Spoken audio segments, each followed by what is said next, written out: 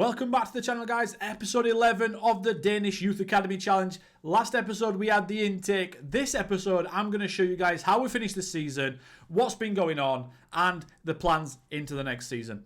Let's do this. We did end up staying up, guys. 8 points clear of FA2000, who got relegated alongside BK-FM. We did alright. We still lost a lot of games, but we ended the season with a 4-1 win over the team that ended up going down. Now, we only lost against Lyngby, 3-2, to an 80th minute goal, an 87th minute goal, and a 91st minute penalty. We really struggle at the end of games, even when I try and shut them out. Because my players are already not good enough, when they're tired, it's a recipe for disaster and late goals. I've lost so many games to late goals, despite changing things. And I don't think it's the tactical thing, because I can manage to sort it out and do that quite well when I'm playing with better players and better teams, like, for example, when I'm streaming or whatever. So, don't think it's me. It could be. But, yeah, our players get tired. And, for example, these guys have got Darko Sherlinov, who starts the game at Burnley, right? You can see he's absolutely ridiculous. He signed him for 3 million, didn't use him, and then he's on to Lyngby for £6.5 a week. That is more than an entire wage budget, and he's very, very good for the second tier of Denmark. So, very good players compared to us. Very, very good players compared to us. And then they obviously got a penalty in the last minute.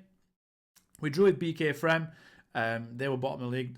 Not too bad. A point at this, after this bad form that we had, a point is quite good anyway. We lost to AB 2-1. They scored in the 66th minute. We lost to B93 in the 91st minute. And then we obviously scored in the 95th. But they, again, these guys, they've got Castrovilli on an amateur contract, by the way. 30 years old at B93, amateur contract, paying him nothing. I saw his name on the pitch, Castrovilli, and I'm thinking that cannot be the guy that starts the save with Fiorentina, but guess what? It is. They also have Andrea Favilli, who starts in Serie B. I've mentioned him before in this series. He got the best player of the entire division, 7.48 average rating, and they're also paying him absolutely nothing. Now, Cittadella in Serie B want him, and I really hope they take him, because honestly, those two are absolutely fantastic. Ridiculous. We did lose there to FA2000 2-0, and that was where I thought, oh, we've got a bit of a problem. But we did all right in the end. We were fine. Not a problem. So, we survived. That's a good thing. We got some money for participating in the division again. I have now just started a youth facilities upgrade. Now, the reason for that, obviously, is because it's lacking. It's below average. We need to get everything up to sort of adequate average, and then we can get some decent little intakes, decent things, where some good players are coming through. I wanted everything to be sort of built up. As this season goes on, once we get some more participation money and all that good stuff, because our wage bill is seriously low, I'll probably upgrade the youth recruitment and get that, try and get that up to excellent alongside the junior coaching, and then we'll see where we are from there. But we are making money now, quite a decent amount, because our wage budget is so low. We've still got some players on amateur contracts just because I'm not going to lose them. So there's no point in me paying them any money. Right? That's as simple as that. So we're going to carry on this video sort of to the start of the season and to the intake of the next season. So we're going to go from now, which is June, to sort of like December. So you're going to see like a 6-month span. And anything that happens in between, anything that I think needs to be noted, I'll come and let you guys know. We're all the way in December now, right at the youth intake preview. But we've got a few things to mention. First of all, we are 5th in the second tier, obviously. 1 point behind 4th, but we are 6 points clear of that dreaded relegation split. So I think we will finish in the bottom 6 this time, but I do think the season will be better than last year. I could be wrong, but we seem to have sustained our results for a longer period this season, rather than like last season. We just went on a massive downhill. It's more just gone like that this year. Last year was like that, and then a bit up at the end to sort of get the survival. But we're looking a little bit better now. The worrying thing is, like I mentioned before, is my goalkeeper Ibrahim Sert. He's now 4.5-star current ability, so he's now our best player alongside Ibsen. He's probably our best player. So when he leaves, which is inevitable in about 2 weeks' time, end of December, because he doesn't want to sign a new contract, and I can only offer 1-year contracts. So when it was last December, when he had interest, I gave him a contract until this December. In that time frame, that last year contract, he has actually become too good to want to sign a new contract. So he will be leaving, and I can't do anything about it. I can't. Now, he's probably going to get picked up by a team either in this league or the league above. They won't play him because he's not good enough for this league. Playing good enough for us, but for the AI, they won't treat him as good enough. He'll be like 3rd tier, maybe 4th tier. That's one thing. The other thing is we've got another upgrade to the youth recruitment. Also, the youth facilities have upgraded as well. So now, if we have a look at our club info, we are adequate training facilities, adequate youth facilities, which is nice because we were below average, and now we've gone up to adequate like I wanted. Now we're also above average youth recruitment. I want another youth recruitment. I'm going to try and get that before March or April when the intake comes. So I'm going to try and get that again. So by the time I come in the next episode after this one, we should have another upgrade. Because our finances are looking like this. We've got 400k. So we did get another payment. And then we got another littler payment on top of that. Smaller payment on top of that for finishing 5th in the first 11 games or something. But the projection does have it going down. But that's over a couple of years, so it's fine. We're not really losing that much money. It's about 30k a month, 40k if it's really bad. We'll probably lose a fair bit over this period because we're in the gap. We're playing the friendlies. I've got 7 friendlies in the massive 3-month gap. It's basically a second pre-season. I'm going to rotate heavily for this, so they're not going to play all the games, all the players. I'm not going to have 7 games in the middle of I'm going to rotate really heavily. I'm going to put some under-19s in and stuff. I'm just going to keep everyone fresh. Everyone fit, morale up, and then we're going to kick off with our last 4 games against Lingby, who are 7th, AB, who are bottom, AGF, who are the best team in the league by a distance, and they're top of the league, and then Hillerod, who we seem to struggle against. So we've got a team right at the bottom, team right at the top, and 2 teams just below us. It's going to be interesting. Yeah, AGF, if I just show you them real quick, they've lost 1 game. They are 100% going up. I'm just going to show you a few of their players because one of them is worth 8 million. Mads Emil Madsen, their DM. This guy. We're having to play against players like that who belong in the top division, quite honestly. Yeah, like just this striker as well, this Nugent striker who's got 16 acceleration, 17 pace, 19 years old.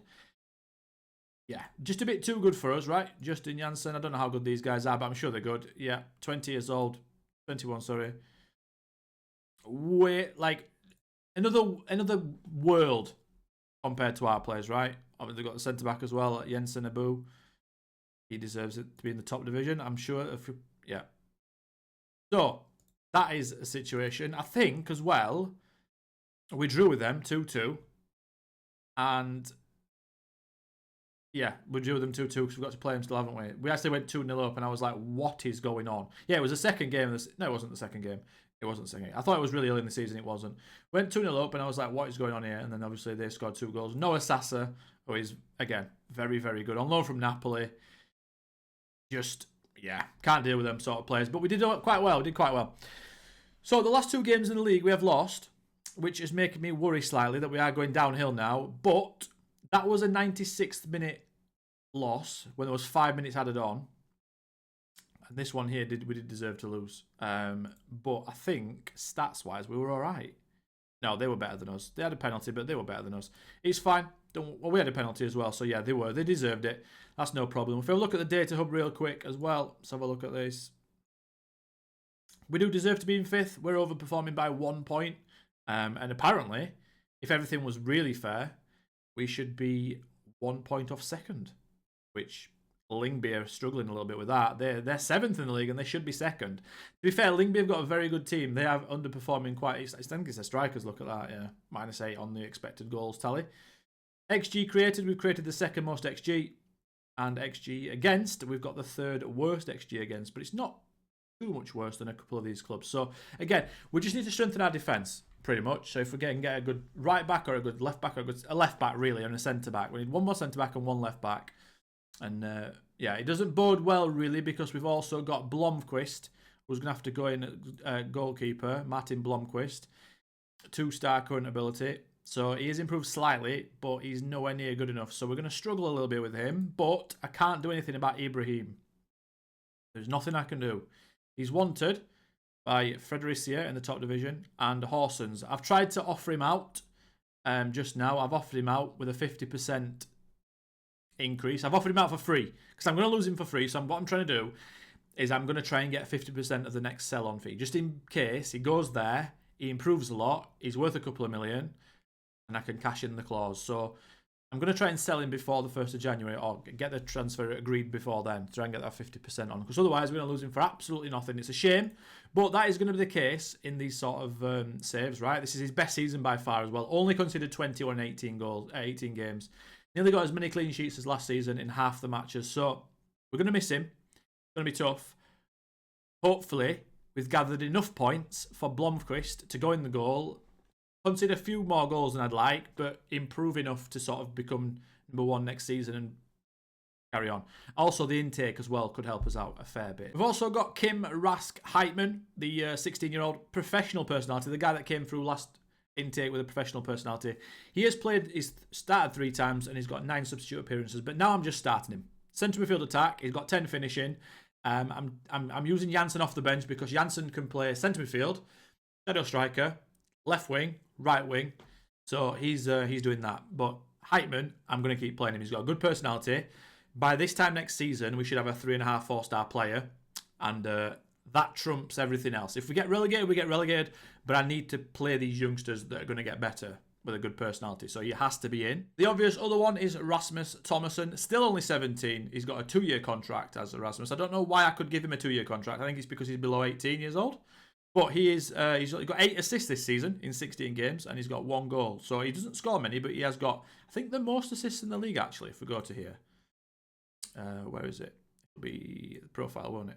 Yeah, he's got the most assists in the league, which is really, really nice, especially for a youth player to come through. But he's doing quite well. Balanced personality, which isn't amazing, but he's improving steadily. The last guy I want to talk about as well that's come through slightly is last intake's player Mads Ephraimson with a fairly determined personality. Again, just showing that good personalities are the way to go. Just because, I know it's obvious, but on the Youth Academy Challenge, like I mentioned before, a lot of times, I did watch that video back, and I mentioned it a lot, but I am going to refrain from signing poor personality players unless they're like 4-star current ability.